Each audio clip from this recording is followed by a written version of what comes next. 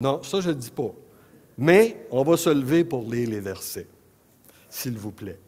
Donc, je vous invite à vous lever pour la lecture de la parole de Dieu dans 2 Corinthiens 3 et les versets 7 à 18. Je pense, Pierre, que jusqu'à et demi, c'est ça? Bon. 2 Corinthiens 3, versets 7 à 18. Et je veux encourager l'Église, encourager les croyants dans notre ministère, dans l'œuvre qu'on fait pour le Seigneur, qui que nous soyons. Même si on n'est pas ancien, même si on n'est pas diacre, même si on n'est pas en avant avec la musique, qui que nous soyons, nous avons un ministère dans l'Église locale. Donc, je lis ces versets-là à partir du verset 7. Or, le ministère de la mort gravé avec des lettres sur des pierres, a été glorieux au point que les fils d'Israël ne pouvaient fixer les regards sur le visage de Moïse à cause de la gloire de son visage, bien que cette gloire ait été passagère. Combien le ministère de l'Esprit ne sera-t-il pas plus glorieux? Si le ministère de la condamnation a été glorieux, le ministère de la justice est beaucoup supérieur en gloire. Et sous ce rapport, ce qui a été glorieux ne l'a point été à cause de cette gloire qui lui est supérieure. En effet, si ce qui était passager a été glorieux, ce qui est permanent est bien plus glorieux. Et je veux insister à partir du verset 12 jusqu'à 18.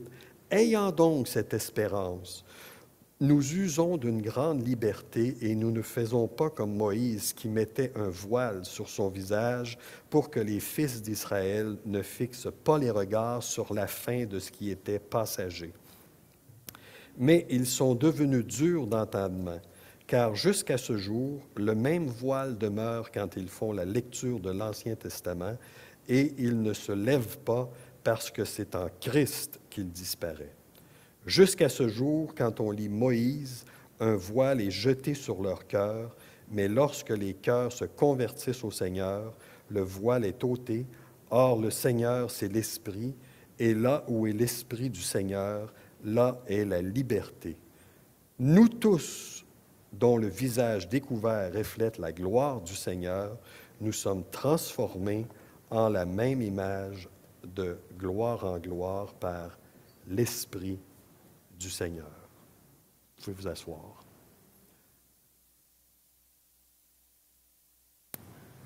Le premier monsieur qui est venu ici en avant a parlé du calendrier, qu'on était aujourd'hui le 20 mars 2022.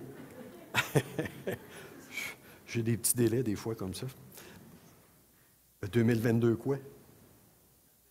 Après Jésus-Christ.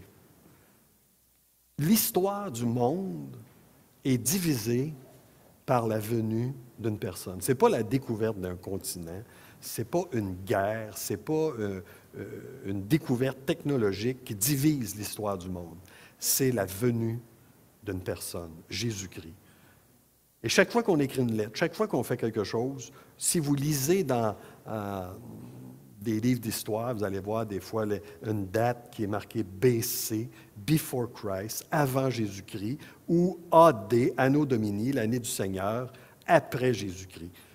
Tout est divisé à partir de Jésus-Christ. Et vos vies sont divisées à partir du moment où Jésus-Christ est entré dans votre vie.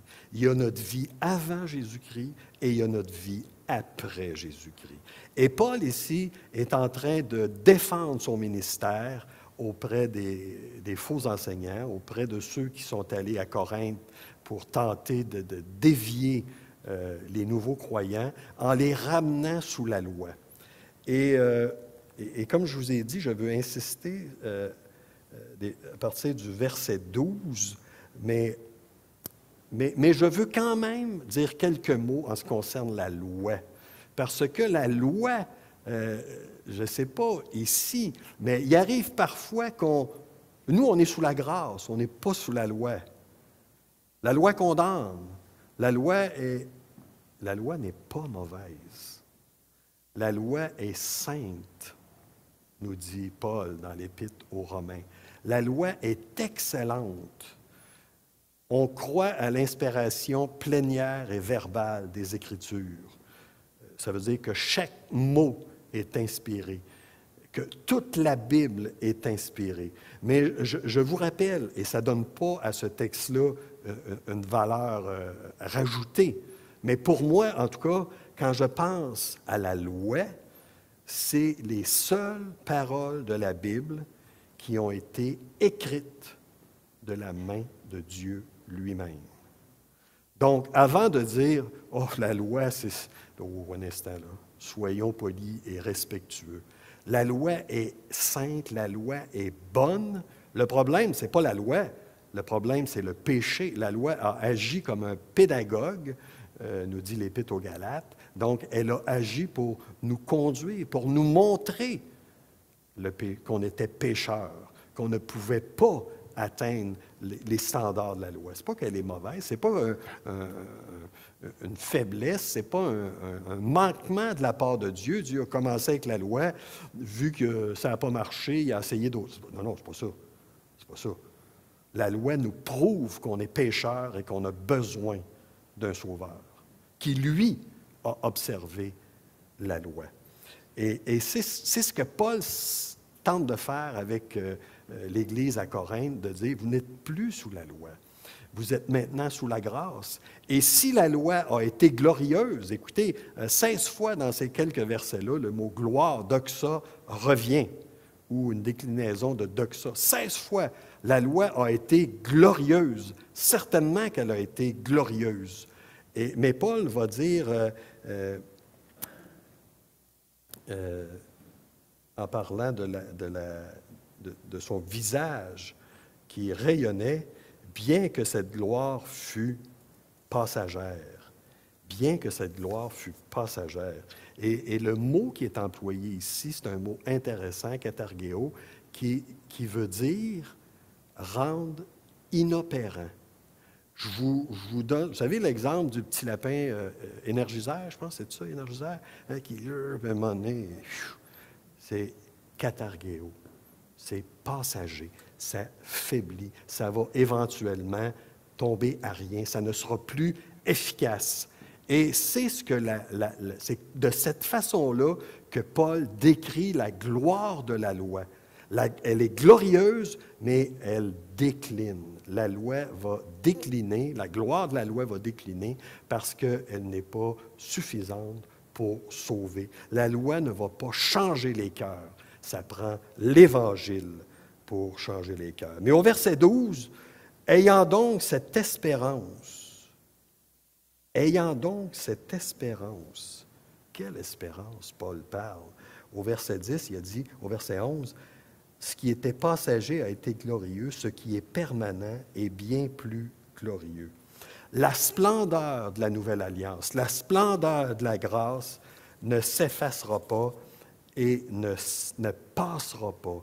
Elle fournit à l'apôtre et à nous ici ce matin, elle alimente l'audace de Paul, la fermeté de Paul, la confiance de Paul. Paul n'a pas du tout honte de se tenir devant les assemblées pour affirmer l'Évangile. Paul n'a pas honte de l'Évangile. Écoutez, là, vous avez vu comme moi à la télévision, je ne sais pas quand, ou, des parades, là, vous savez, le mouvement, vous savez ce que je veux dire, les mouvements qui se promènent avec des parades, puis ils ne sont pas gênés, là. Est-ce que nous, on va se gêner parce qu'on est chrétien, parce qu'on est croyant? Hey, non, non, non, on ne va pas se gêner. Ça ne veut pas dire que les gens vont nous applaudir, ça ne veut pas dire qu'on va passer à la télévision, peut-être qu'on va passer à la télévision pour d'autres raisons, mais ça veut dire qu'on va se tenir debout parce qu'on sait qu'on est du bon côté. Imaginez que, je ne sais pas si vous êtes des partisans de hockey, mais que vous enregistrez un match de hockey et que vous savez que votre équipe va gagner 3-2, par exemple. Vous savez que votre équipe, vous écoutez ça en différé, puis pas stressé, pas de minute, là, parce que je sais comment ça va finir. Même s'ils vont compter à 30 secondes de la fin, là, hein, je bois de la liqueur, je mange des chips jusqu'à temps que ça finisse, parce que je sais qu'ils vont gagner, je sais comment ça va finir. C'est pareil avec l'Évangile, c'est pareil avec notre vie de croyant. Je sais comment ça va finir, je sais qu'on est du côté gagnant. Est-ce que je vais me gêner? Non, pas du tout. Paul est audacieux et nous aussi, nous pouvons être audacieux. On n'a pas, frères et sœurs, à être gênés de notre statut de chrétien. C'est un honneur de servir Jésus-Christ et de lui appartenir. Et Paul continue en disant, nous ne faisons pas comme Moïse qui mettait un voile sur son visage pour que les fils d'Israël ne fixent pas les regards sur la fin de ce qui était passager. Encore le même mot katargéo, la fin de ce qui était passager. Et j'ai souvent, moi, eu l'impression que quand Moïse est descendu de la montagne avec son visage glorieux, je ne sais pas comment il rayonnait, mais peut-être, je pensais, moi, que les gens disaient « Oh, il rayonne », un peu comme quand on regarde le soleil. Il ne faut pas faire ça, là, en passant. Là. Regarder le soleil en pleine face, là, on ne fait pas ça parce que ça nous brûle les yeux. Et je pensais que c'était un peu... Mais c'est pas ça que Paul dit. C'est pas pour ça que les croyants, que Moïse mettait un voile sur son visage. Si vous relisez Exode 34, quand Moïse... Et c'est un peu un commentaire d'Exode 34 que Paul fait. Quand Moïse est allé sur la montagne pour la deuxième fois, sur le mont Sinaï, pour recevoir l'état de la loi, quand il est redescendu, il a rencontré les anciens, il a parlé à tout le peuple, son visage rayonnait, là. Et après, il a mis un voile. Il a mis un voile après. Pourquoi? Paul l'explique. Pour pas que les gens voient la gloire diminuer. Et Paul continue son exposition en disant, « Mais ils sont devenus durs d'entendement jusqu'à ce jour. Même le voile demeure quand ils font la lecture de l'Ancien Testament. Ils ne se lèvent pas parce que c'est en Christ qu'il disparaît. C'est en Christ que ce voile-là devient inopérant. » Et ça, c'est une bonne nouvelle. En Christ, le voile qui cache la vérité de l'Évangile devient inopérant. En Jésus-Christ. Et j'ai trouvé intéressant, je me permets de vous le dire, que Paul mentionne, quand ils font la lecture de l'Ancien Testament, en gros, ce qu'il dit, Paul, il sait de quoi il parle. Il a assisté pendant des années à la lecture de la loi dans les synagogues. Et il est en train de dire, on a assisté à la lecture de la loi pendant des années et on n'a pas rien compris. On n'a rien saisi de la vérité. Et je me permets de vous dire ce matin qu'il y a une vérité ou une leçon importante. Je sais qu'on est des croyants, on a le Saint-Esprit, mais quand on vient semaine après semaine écouter des messages, le dimanche, le mercredi, parfois aussi dans des études, est-ce qu'on repart en se disant « oh, c'était bon, oh, c'était pas pire » ou si on est touché par le message? Je vous dis que vous avez une responsabilité en tant qu'auditeur de vous impliquer dans le message. Qu'est-ce que le Seigneur a à me dire ce matin? Qu'est-ce que le Seigneur veut changer dans ma vie ce matin? La prédication de l'Évangile, la prédication de la parole de Dieu, ce n'est pas pour exposer des connaissances, c'est pour transformer des vies à l'image de Jésus-Christ. Et ça, là, les prédicateurs, les anciens, ceux qui s'occupent de l'Église, ne peuvent pas faire ça pour vous. Peuvent bien exposer la parole de Dieu, peuvent bien faire leur travail, mais vous devez vous impliquer. Vous avez une responsabilité.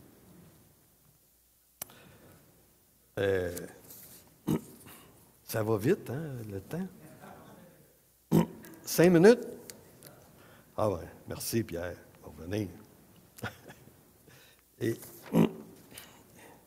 au verset 15, il dit, « Jusqu'à ce jour, quand on lit Moïse, un voile est jeté sur le cœur. » Mais lorsque les cœurs se convertissent au Seigneur, le voile est ôté.